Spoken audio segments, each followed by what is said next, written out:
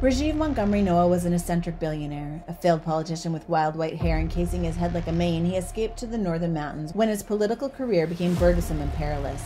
Tail between his legs, henchmen at his side, money held in various vaults across the globe that he slowly began to bleed dry as he built his kingdom. The world upheld his story with a reverent hilarity, following his antics because it made for good television, shaming him in a roundabout way reserved for royalty.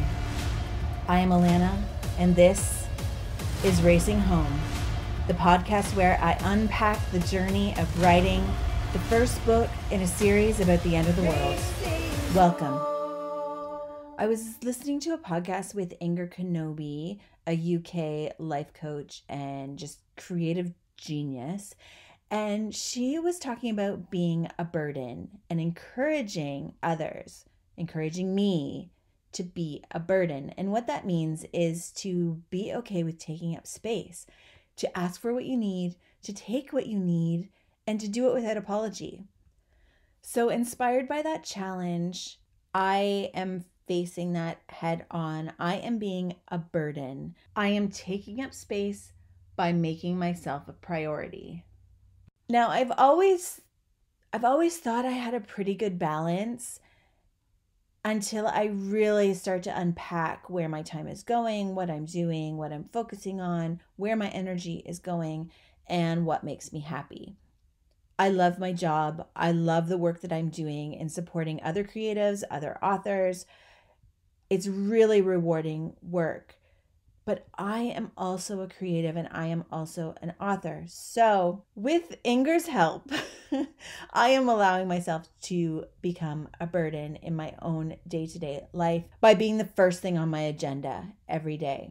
So what I've been doing is I've been coming out to the chicken house in the morning. As per usual, I bring my coffee. Often I would sit down and read for a little bit or do a little study, do some journaling.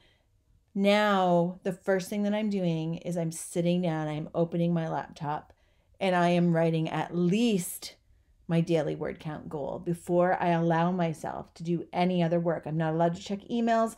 I'm not allowed to log onto social media. I have to write first. And this is how I am being a burden. And this is how I am making change in my progress. So today is Thursday, October 19th when I'm recording this. I began this process on Monday. So this is day 4. Day 4 of being a burden. And I am very happy to report that I have showed up for myself every single day. Last time we talked, my word count was 52,433. I am so happy to let you know that today I'm sitting at 54,149. And 1,700 words isn't groundbreaking, but progress is progress. And going from zero, I started this project of keeping myself accountable to you. This is the 3rd week of that. And if I had come on here with nothing to show, seriously, I might as well just toss in the towel. So here's to being a burden. Here's to getting stuff done. Here's to being a priority rather than an afterthought. If I can continue on this path, I will reach my goal, which is 70,000 words by the end of this year. And because of the progress that I made this week, right now, in order to reach that goal, I only have to write 217 words a day. And every day that I write more than that, that daily goal reduces. But what I am finding is, of course, I'm only 4 days in, and it is hard to start a new habit, but I'm already finding myself dwelling on certain plot points that I have started to work out in these 4 days, in that little 1,700 word bit that I've been able to produce.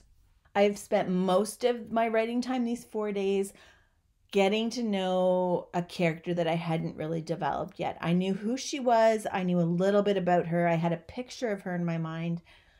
I knew a lot more about her partner than I knew about her. So it's been really fun to get to know Maxine.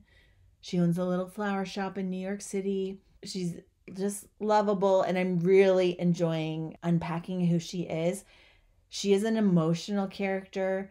So I've found myself kind of wrapped up in my feelings. And you may or may not know that I develop a soundtrack for every project that I work on. So if you were to pick up my Church in the Wildwood book or Blackbird, flip to the back, there's a soundtrack listed there, which are songs that kind of capture the tone, the mood, the way I want you, the reader, to feel when you're enveloped in the story. So I am developing the same thing for The Path That Takes Us Home for the whole series. After my writing this morning, I was actually working on a cover design for one of my authors, and I put my soundtrack on. I have a little Bluetooth suitcase record player, so I put my soundtrack on, and there are some newer songs that I've added to it that they're rather devastating, just really heavy and moving and gorgeous, but it made me really sad. So I think I'm writing a sad book. There's going to be not sad things, obviously. I mean, I showed you a bit about a comedian last week, but yeah, it's interesting. The soundtrack project is something I really like, and it really helps speak to my own creativity, and it helps balance out some of that tone. And it's a way for me to communicate really rich emotions to my readers without a lot of words. Like, I can just send them a Spotify link and say, just sit in this for a while and tell me what you think. I try and pick really eclectic, non-mainstream songs, except I will say Belinda Carlisle's Heaven is a Place on Earth is really the theme song of this whole thing. So that's a little hint for you. So last week I shared that I had discovered that I actually started writing this book in November 2016. And as I've been reflecting on that, I'm trying to let it go. Like, it's not a big deal that it was started so long ago and it's been such, fits and starts. That's okay, because no matter how long something takes, there is an end. I see the end. I'm excited about it. And speaking of the end, just as a side note, I was in the art gallery yesterday meeting with the gallery director. We're trying to find different ways we can collaborate on things. I'm hosting a 12-hour intensive there in November, which is really exciting. She's just becoming a really great partner. So I mentioned just kind of flippantly that I have this vision of doing my book launch in the gallery. And she was super on board. She was like, yep, as soon as you have a date, let's lock it in, it's so exciting to have community people, community members, other members of the arts community really on board to help. So, I mean, if nothing else changes, I'm going to do a book launch in an art gallery, which is really exciting. So just wanted to share that. In that little opening excerpt that I shared right at the top of this podcast, I introduced you to the character of Rajiv Montgomery Noah. Now, Rajiv was not always Rajiv. He was called Xavier. I know this part was written during NaNoWriMo 2016. And I know that he was originally inspired by Donald Trump, who was elected president on November 8th, 2016. And I remember being so ripped apart by that election. And I don't want to take a political stand. I don't want any of this to be political. But when something affects you deeply that's happening in the world, it's hard not to allow that into your writing. So I actually went back on my old blog to see what I had shared about the election. And I had some feelings. I'm just going to read this to you so you can have a little sense of where I was emotionally in the midst of the NaNoWriMo craziness. During the early pre-dawn hours of November 9th, while darkness pretended to wrap this side of the world in a lullaby, dreams rocked me until I was standing in a field. It was that magic hour when evening light shoots across the wheat in such a way it turns to gold, and as I walked through it, I saw a woman standing in the distance, alone, arms resting at her side, fingers brushing the tips of the wheat. A heaviness rooted in my stomach at the sight of her, at the sadness in her face and the loneliness in her posture. I knew if I could extend one bit of grace to her, I would find a way to do it. I approached, and as I drew near, I realized it was Hillary Clinton. She watched me come, shaking her head slightly as if to say, "I'm strong, leave me be." But I ignored her and continued until I could gaze directly into her wet eyes. I wrapped my arms around her, and it felt for a moment like I was hugging the world. And then my mother appeared beside us and said in her gentle way, "It's all going to be all right." I woke then, shaken, and grabbed my phone from the dresser beside me, flipping to Twitter, where, of course, I learned the news with immediacy. I couldn't sleep after that, and when dawn finally broke and I met the children in the kitchen, I asked them, "Do you know?" They all did. "We've been talking about it a lot." "I feel sick," I said. "Why?" "I just don't know." But I do know. I know that I'm terrified by what this means for the whole world. What does it say that one of the major world powers allows an arrogant bully blowfish to be its leader? What does it mean? I cried on the way to work. I was listening to interviews on the CBC, and I'd watched a video about a mob burning the American flag before I left, and I was just shattered. My heart broke for America, and my heart broke for us, and as I crested the hill into Allen Park, a rainbow appeared to my right, and that made me cry even harder. I was a wreck. I drove an extra loop around town to gather myself. Then, of course, the day continued in such a way. An hourly succession of more bad things. I got some difficult, hard news that rocked me. I learned about the personal tragedy of a close friend. The marriage of another friend is dissolving. Our Passat is officially headed to the wreckers. The sky is falling, and there isn't enough chocolate in the world. I left work early because I was exhausted, but trying not to cry. When I got home, I stuck into my room, crawled into my bed, and tried to keep it together. When my husband found me, he asked, "Did you have a good day?" "No." "Why?" "The world is falling apart." And then I told him everything, wiping tears while he lay beside me, and when I finished, he called in the children, and they piled on me with hugs and giggles, and I remembered that the sun rises every day. So yeah, I had a lot of feelings, and wherever you stand politically, that's fine. That's not what this is about. This is about my state of mind when I was writing, exploring who this character was of then Xavier Montgomery Noah. And as I read that little excerpt I shared before, a failed politician, political career became burdensome and perilous. Like, I was obviously projecting my hopes onto the current political situation in the world. And now I don't like that. That is not who that character has become.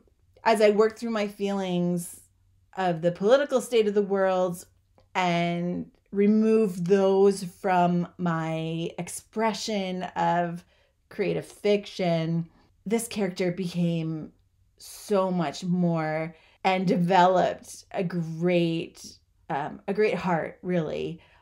He's someone that I really love. I think he has a gentle spirit. When I made the choice to change him from Xavier to Rajiv, it was partly I knew I needed diversity in this book, and I wanted to create a really compelling backstory for him. So I decided he was going to be born in India. I wanted him to have an Eastern mother and a Western father for some instant tension. Really, I wanted everything that wasn't Donald Trump to be this character. So as I work through this manuscript, I am going to have to attack any of those moments where I'm painting him, this poor man, in a Trump-like frame, because that's not fair. And I just think it's really interesting to see how the real world influences the story that I'm telling. And what's really, really strange is that in that blog post, I mentioned the Passat going to the wrecker. So the Passat was our Volkswagen station wagon. We loved that car. It's like our favorite car. and we had to get rid of it. It was put to rest. So now, 7 years later, our little Chevy Sonic was just taken away on the back of a tow truck the other day, earlier this week, because the battery exploded. I don't know what's happening there, but the world works in cycles. And I think there's a lesson I'm supposed to learn that I'm not quite grasping yet, but I will get there. In a very roundabout way, I think it's fair to say that this book began because I needed to build a new world, which is a complicated way of saying maybe this book is Donald Trump's fault. He stands for a world I don't want to be part of, so this has become my commentary on how to build a world without people like him. Thanks, but no thanks, Donald Trump. My story doesn't need you. Rajiv is a much better character than Xavier ever was, and I'm pleased that I have allowed that evolution. And no matter what happens in the future of American politics, I'm really going to try to not let that influence the story that comes out of me. I'm just going to finish up with an excerpt from a scene of the reimagined Rajiv. This is him as a child. You get a little sense of his background here. This is me working through who is this character and what is he going to do with his life. Rajiv sat cross-legged on the carpet in front of the television with a bandana tied around his mouth and nose. An episode of Malgudi Days played quietly on the screen, but he wasn't paying attention. In the other room, he could hear his mother coughing and crying. She coughed and cried, and ever so often he heard her call out the name of Shiva. He leaned forward and turned the volume knob further to the right to try and drown her out, but it didn't help. He wasn't allowed to go outside. He couldn't escape. They lived in a small village outside of Bhopal, but everyone in their neighborhood was staying inside, afraid their air was just as poison as that in the city. His father was already dead. Masked men in white had carried him out on a stiff board the day before to burn him along with all the others. One of the men had handed Rajiv a card with a phone number on it in case he needed their services again, nodding towards the bedroom where his father's body had rested beside his sick mother. Fresh out of college, his American father had been snatched up by the Union Carbide Corporation in '72 and relocated as a promising engineer to Union Carbide India Limited, where he met Rajiv's mother, a lifetime local of Bhopal. When Rajiv was born very soon after, the couple committed to raising him bilingual. Some of his earliest memories were staring deep into his father's blue eyes and repeating American words like diaper, dude, and shoot the breeze. There had been blood around his father's eyes when they removed his body, the blue forever hidden behind stiff lids the color of a bruise. He had been working inside the factory on the day of the gas leak. He got the worst of it. His mother had been shopping for the groceries at the market downwind from UCIL. Normally she wouldn't go into the city to get what they needed, but the family car was in the shop, so she had doubled on her husband's motorbike and planned to hire a taxi to bring her back home. "The city can offer a better price than almost anything in our little village, Rajiv," she had said when she left that morning. She was in the produce aisle when people started vomiting around her. That was 4 days ago. She wasn't getting better. Chin up, Bright Eyes. We'll talk again next week.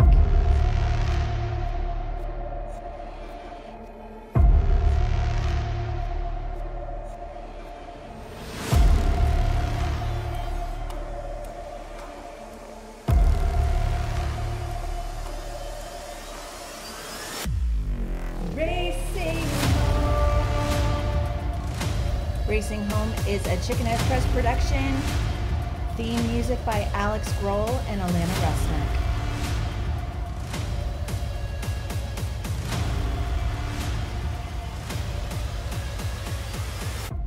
If you would like to support my writing journey with a small financial donation, you may do so by visiting bio.site/Alanna Rusnak. That link is available in the show notes. You can make a donation of any size of your choosing, and it will go towards funding the production of this book. Writing takes a lot of time, a lot of energy. It requires a lot of coffee and chocolate. So if you want to help out, that's one way you can do it. Donations over $50 will be automatically signed up to receive a signed copy of When the Trees All Burn at least 1 week before official launch.